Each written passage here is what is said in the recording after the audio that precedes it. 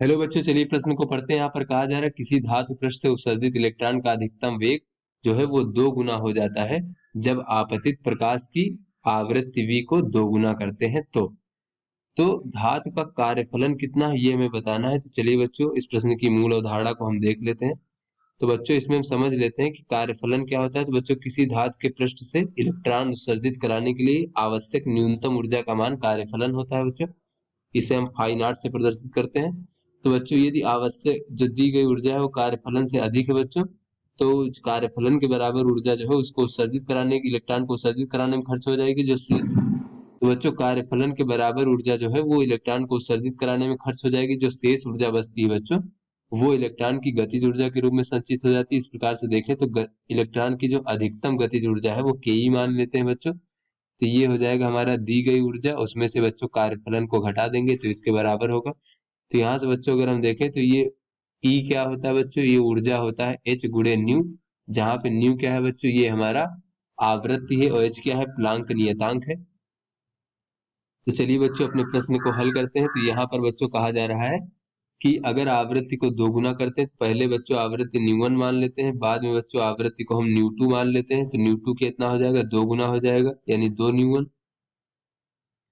और बच्चों इससे जो है इलेक्ट्रॉन का वेग अधिकतम वेग 2 गुना हो जाता है यानी अधिकतम।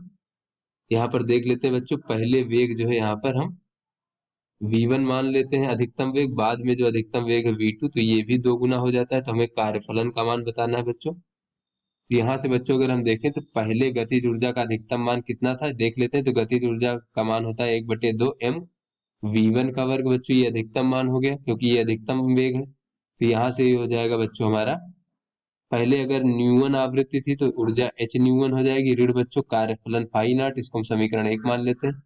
बाद में बच्चों कहा जा रहा है कि गतिज ऊर्जा इस प्रकार से m v2 का वर्ग मान लेते हैं बच्चों, और ये दी गई ऊर्जा जो है एच न्यू2 मान लेते हैं ऋण बच्चों फाई नॉट। तो बच्चों ये v2 का मान रख देते हैं, तो ये 2 v1 है, तो बच्चों 2 दूना 4 हो जाएगा, तो 4 यहाँ आ जाएगा m v1 का वर्ग बराबर बच्चों ये न्यू2 बराबर 2 न्यू1 है तो 2 एच न्यू1 हो जाएगा ऋण बच्चों फाई नॉट। तो यहाँ से बच्चों देखें तो ये 2 से 2 कट जाएगा, तो ये हो जाएगा 2 m v1 का वर्ग बराबर 2 एच न्यू1 और ऋण बच्चों फाई नॉट इस प्रकार से। तो ये समीकरण 2 हो गया बच्चों हमारा। तो बच्चों अगर हम समीकरण 1 को जो है 4 से गुणा कर दें इस प्रकार से बच्चों, गुणे 4, तो बच्चों ये कितना हो जाएगा, ये हो जाएगा 2 m v1 का वर्ग बराबर बच्चों हो जाएगा 4 h न्यू1 ऋण बच्चों 4 फाई नॉट इस प्रकार से। तो यहाँ से बच्चों अगर हम देखें, इसको 4 से गुणा किया हमने, तो बच्चों यहाँ से अगर हम समीकरण 1 को जो हमने 4 से गुणा किया है उसमें से घटा दें अगर हम समीकरण 2 को, तो क्या होगा बच्चों, तो ये 2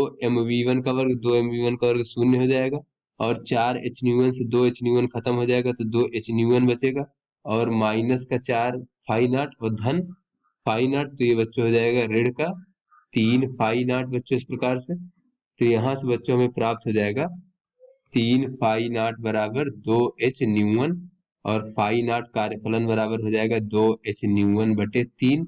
न्यूवन क्या है बच्चों, पहले की आवृत्ति है, तो इसका मान यहाँ पर दिया गया है कि पहले आवृत्ति जो है वो न्यू थी, तो यहाँ पर बच्चों न्यूवन की जगह हम न्यू लिख सकते हैं। तो ये फाई नॉट का मान हो जाएगा 2 एच न्यू भागे 3। तो चलिए बच्चों अपने विकल्पों को देखते हैं। तो बच्चों ये हमारा जो सी विकल्प है ये हमारा सही विकल्प है। तो आशा करते हैं आपको समझ में आ गया होगा। धन्यवाद।